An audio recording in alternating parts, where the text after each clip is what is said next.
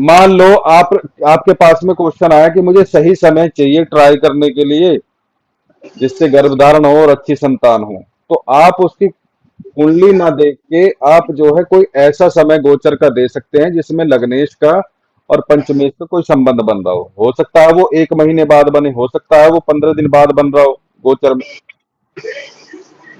हम्म। ठीक है,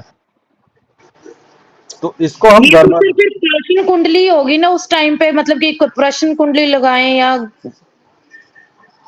प्रश्न कुंडली से आप ये देख सकते हो कि भाई गर्भधारण होगा अभी नहीं होगा, कार्य सिद्ध होगा या नहीं होगा। ठीक है। हाँ ठीक है सर।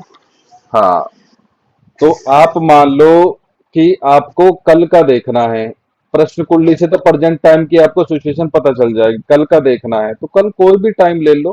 ठीक है, आप सुबह 7 बजे से स्टार्टिंग करें। 7 बजे मान लो ये लगना आया है, फिर आप 9 बजे की कुंडली बनाओ तो ये लगना आया है। तो उसमें आप जैसे ये ही लगना आया है तो आप मंगल की स्थिति देखो। मान लो मंगल यहाँ पे जो है नीच के चल रहे हैं तो आप इस टाइम को नहीं दोगे ना। हाँ जी सर। अब मान लो आपने 2 घंटे बाद का, फिर आपने 9 सवा 9 बजे का टाइम डाला तो आपको वृषभ लगन मिल गया। अब वृषभ लगन में अब मान लो यहाँ पे आपको जो है शुक्र मिल गया, क्योंकि शुक्र जो है अगर वृषभ लगन बनाओगे तो पंचम भाव में 6 नंबर की राशि आएगी।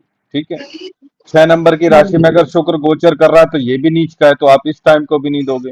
ठीक है, हम्म। अब मान लो कि अगर यहाँ पे शुक्र है, अगर आपको कोई टाइम ऐसा मिल गया, मान लो 11वें भाव में शुक्र है। ठीक है, और बुध जो है यहाँ पंचम भाव में, तो यहाँ पे संबंध बन गया ना शुक्र का और बुध का। तो ये गर्भधारण होने का सही समय है। आप जो है उसी डेट के अकॉर्डिंग उसे टाइम दे दो कि इस डेट को इस टाइम पे आप ट्राई कर सकते हो, ये गर्भधारण का सही समय है। ठीक है सर। ठीक है, बेसिकली क्या है कि आपको एक अच्छा लग्न ढूंढना है। ठीक है, ठीक है और सर। पंचमेश का और लग्नेश का संबंध देखना है कैसा बन रहा है। दृष्टि संबंध है, राशि का संबंध है, युति का संबंध है। संबंध अगर बन रहा है तो उस टाइम को आप दे सकते हैं। ठीक है,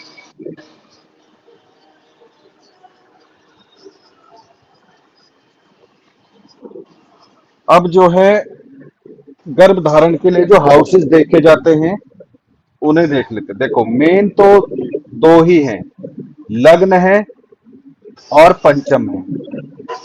ठीक है, मेन तो दो ही हाउस हैं। उसके बाद क्या है कि 11th हाउस है, उसके बाद 11th हाउस है। ठीक है, क्यों है 11th हाउस? अगर 11th हाउस में कोई ग्रह गोचर करेगा तो उसकी दृष्टि सीधी यहाँ पे आएगी। हाँ जी सर। उसके बाद 7th हाउस है, उसके बाद क्या है 7th हाउस है। 7th हाउस में अगर कोई ग्रह गोचर करता है, क्योंकि ये पत्नी का भाव भी है, पत्नी का लग्न भी है और अपने भी लग्न पे दृष्टि डालता है, तो 7th हाउस इंपॉर्टेंट है। 9th हाउस में आपको बता ही चुका हूं, पंचम से पंचम है तो 9th हाउस भी जो है संतान के लिए हम देखते हैं तो नवम भी इंपॉर्टेंट हो गया। उसके बाद है 3rd हाउस। 3rd हाउस इसलिए इंपॉर्टेंट है, इसमें कोई ग्रह गोचर करता है तो वो 9th हाउस पे एस्पेक्ट डालता है। ठीक है, तो ये ग्रह जो है इंपॉर्टेंट है बहुत। ठीक है, संतान के लिए। अब क्या है कि जब भी जो है जब भी दोनों की कुंडली में, यानी कि मेल और फीमेल की कुंडली में, जब भी जन्म का जो जन्म की जो राशि है, जो चंद्रमा की राशि है, जन्म की राशि होगी कोई ना कोई। मान लो यहाँ लिख लेते हैं हम, ये इसकी भी राशि और इसकी भी राशि। ठीक है, मेल की भी राशि और फीमेल की, यानी कि माता पिता की राशि लिख लेते हैं। ठीक है, तो जब इनकी राशि से, ठीक है, इनकी राशि से जो मैंने ये हाउस बताए हैं, तीसरा, पंचम, लग्न, सप्तम, नवम और 11वां, इनकी राशि से जब भी गोचर में गुरु प्लस शनि इन इन हाउसेज में गोचर करेंगे तब भी गर्भधारण के योग बनते हैं।